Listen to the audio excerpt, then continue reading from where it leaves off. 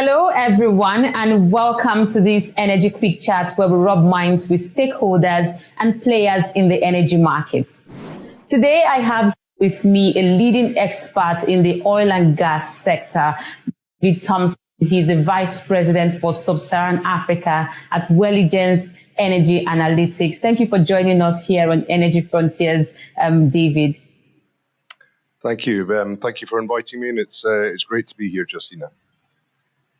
Now, there is Welligence recently released a much anticipated report on Namibia's Orange Basin discoveries, and this caught our attention considering the level of industry interest in this region already. Now, David, Namibia's Orange Basin has been a hot topic lately with string of significant oil and gas discoveries. So what's your assessment of its overall potential? Well, we're very, very positive. I suppose I should say it's still early days and we need to see more drilling. But based on what we've seen so far with the discoveries you were alluding to, the Total discoveries, the Shell discoveries, and obviously Galp's discovery, we're confident there's going to be a lot more oil and gas discovered. To give you an idea, the discoveries made by those three companies at the moment, we think probably 3 to 3.5 billion barrels of oil recoverable, and there's going to be upside there. We're being quite conservative, but we think what's been discovered so far is of that magnitude, and going forward, there's billions of barrels more would be our expectation, partly on from those companies, but also there's a big basin and there's other companies that we'll explore. That's some news out there on Namibia. All eyes have been on Namibia for some time, since 2022 when those oil rigs were discovered. Now, how much industry interest are you seeing in the prospects of the Orange Basin? Yeah, as you'd imagine, very, very, there's a lot of interest. Only certain companies, because it's very, very deep water. So it's technologically very challenging to explore there, and then obviously develop if success is found. So only really the technically very accomplished and very financially strong companies. So we're talking the majors, ExxonMobil, Equinor, Shell, Total. Those two are already there. Chevron has got a position. So those sort of companies, some other bigger ones, Petrobras potentially, we think it will be looking to maybe get involved in Namibia. Interestingly, it's already, historically, it has been in Namibia. And there's another couple of wild cards, something like maybe Woodside. It has got a position there. It might look to increase its position. So in answer to your question, there's a lot of industry interest from those sort of caliber of companies. Orange Basin is well, as you say, it's very hot, and there's a lot of oil there. It seems almost definite that the more oil and gas is going to be discovered. So yes, the industry is looking at it very, very closely. Now, while all of these opportunities abound in Namibia, I know that there are probably challenges. So what do you see in terms of challenges that Namibia faces in securing investment for these huge discoveries? I think the challenges, well, to be honest, the number one challenge is there oil and gas there? And that's a big tick. There's and it's big oil and it's big gas. So I think so that challenge is probably taken care of. The industry knows, and Namibia knows, that it's sitting on a lot of oil and gas.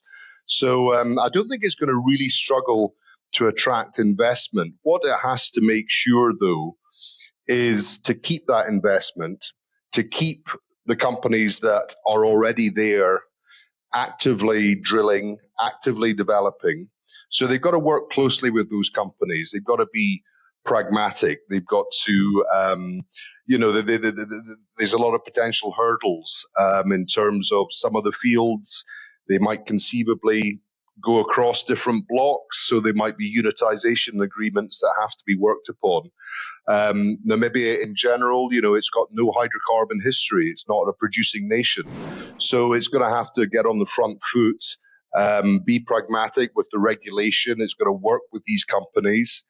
Crucially, what these companies always look for is fiscal stability. Now, there's been no indication whatsoever that NAMCOR is going to change any of its existing contracts. Going forward, the way these things work, such as the level of interest, and now that there's investors really wanting to come to Namibia, they're likely going to be tightening the fiscals to give a bigger take to the government. That's fine. That's kind of industry standard. But what they have to make sure is they don't change anything that they've already signed. They don't don't muck around with the fiscals that companies have already agreed upon. And going forward, if they do change it, they make it transparent. They know companies know what they're going to be signing up to, and that will be honored. The other issue as well is Namibia's never had this level of activity, both what's going on at the moment and then the likely development of these finds. So service sector, being able broadly just to get that level of equipment in and out of Namibia, so it can work offshore. So there's a lot of supply chain issues there that it'll have to work upon. So there's a lot of potential issues, but I would definitely say the indication so far is that the national oil company NAMCOR in Namibia and the Namibian regulators, they get it. They understand they have to work with the industry. They have to learn quickly. They have to be pragmatic. And so far, so good. So yeah, a few of the potential issues and how they might best deal with them. You're right. You kind of touched on some of the questions. One question I was going to ask, which is the potential for investment, and you already touched on it. And today I heard Tom Alwendo, that's the Namibia energy minister, speaking about the fact that it was a win-win situation, and they were looking for investors who would look at it in that light. And like you said, fiscal stability, being pragmatic in regulations, these are things that are very important. And then dealing with all of those supply chain issues. Thank you so much for that. And so how soon do you foresee potential production from the Orange Basin discoveries? Our view here at Welligence is Total Energy. It's sitting on the Venus discovery was the second one, or the second major one that was discovered. We think that it is looking to try and make a final investment decision on on that development, probably this time next year, maybe a little bit later, end of 25. And then, all things being well, it'll look to try and produce oil by, we think 2028 is realistic. Shell, at the moment, it's sitting on the Yonker and the Graf discoveries, plus another couple of smaller ones. We think it's not quite as big, those discoveries, but we tentatively think that could come on stream, one or both, but probably Yonker first, round about 2029. Now, the big unknown is Mopani, which is the big discovery that Galp made earlier on this year. Now, at the moment, we think probably 2030. But having said that, I would not be surprised if that flips places with Yonker. Mopani does look like it looks like a very big discovery, very, very positive on that one. And as such, probably easier to initially develop. Now, the big imponderable there, aside from the fact that has to be said, there's only been 2 wells drilled on Mopani, so there's been some very, very big figures put out there. But the further drilling has to be done. But assuming that some of the numbers that we've heard so far And for what it's worth, we think Mopani is probably about 1 billion barrels of recoverable. But the big unknown at the moment, Galp is looking to sell. Now it's got 80% equity in there, is wanting to half its equity and bring in more than likely an operator. And then it would sit on probably 40%. So that all makes sense. I mentioned some of the companies that are interested earlier on, and they are definitely better placed than Galp to develop this sort of mega ultra deep water development. But obviously this uncertainty, when's the deal going to get done? Going back to what Namibia has to do, whenever the deal does get done, and assuming it's happy with whoever buys Galp, it has to try and get that regulated and get signed off as quickly as it possibly can. But anyway, all things being equal, we think a deal is being worked on by lots of people at the moment. So we expect maybe by the end of this year, there will be a new operator on Mopani. And therefore, assuming that all goes well, we could be seeing Mopani leapfrog Yonker and maybe by about 2029. Overall, as I say, lots of uncertainty, but we're pretty confident that by 2030, 2031, Namibia will be a very, very significant oil producer. We're talking 1 million barrels, give or take, either side of that. And that is just based on what has been discovered so far. There's a lot of other blocks that haven't been drilled yet that are close by to the discoveries that are likely to yield further discoveries. But that's our thinking at the moment. Right. Now, what regulatory, and I know you already mentioned some of the policies that need to be put in place, but how about environmental policies that should be put in place as the country targets production by 2028 and 2030?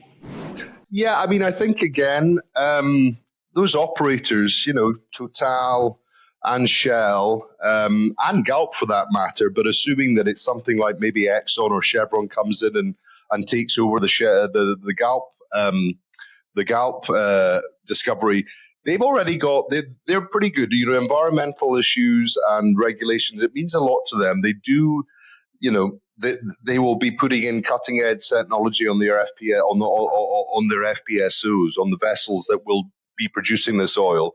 They'll make sure that flaring is minimized. They will do all they can to minimize the carbon footprint, if you like, of these developments. Now, inevitably, there will be a carbon footprint. It's the nature of these projects. But I suppose in answer to your question, we don't see at the moment a requirement for Namibia to change any of its environmental requirements, any of its expectations as to what these operators and how they're going to operate. Yes, they have to regulate. Yes, they have to make sure that best practice is adhered to. But as I say, these companies, they are technically proficient. They've got shareholders that demand environmentally safe practice and mitigating as best they can the environmental impact of these developments. So that's where we stand. We don't think that there's anything that necessarily has to be introduced that isn't there already. It's just make sure that the regulation is adhered to and the projects are closely monitored. But as I said, we don't think it's going to be an issue because these big companies, they need to be environmentally conscious. Right. David Thomson, Vice President of Sub-Saharan Africa at Welligence Energy Analytics. Thank you so much for sharing those insights with us about latest findings on Namibia's Orange Basin discoveries. And to our viewers, you can get access to that full report on Welligence Energy Analytics website, but it's not free. So that's it on our Energy Quick Chat. Thank you, everyone, for taking time to watch. Make sure to comment, like, and subscribe to see more videos like this, and follow us across all our social media handles as indicated already on the screen. I am Justina Okechukwu. Bye for now.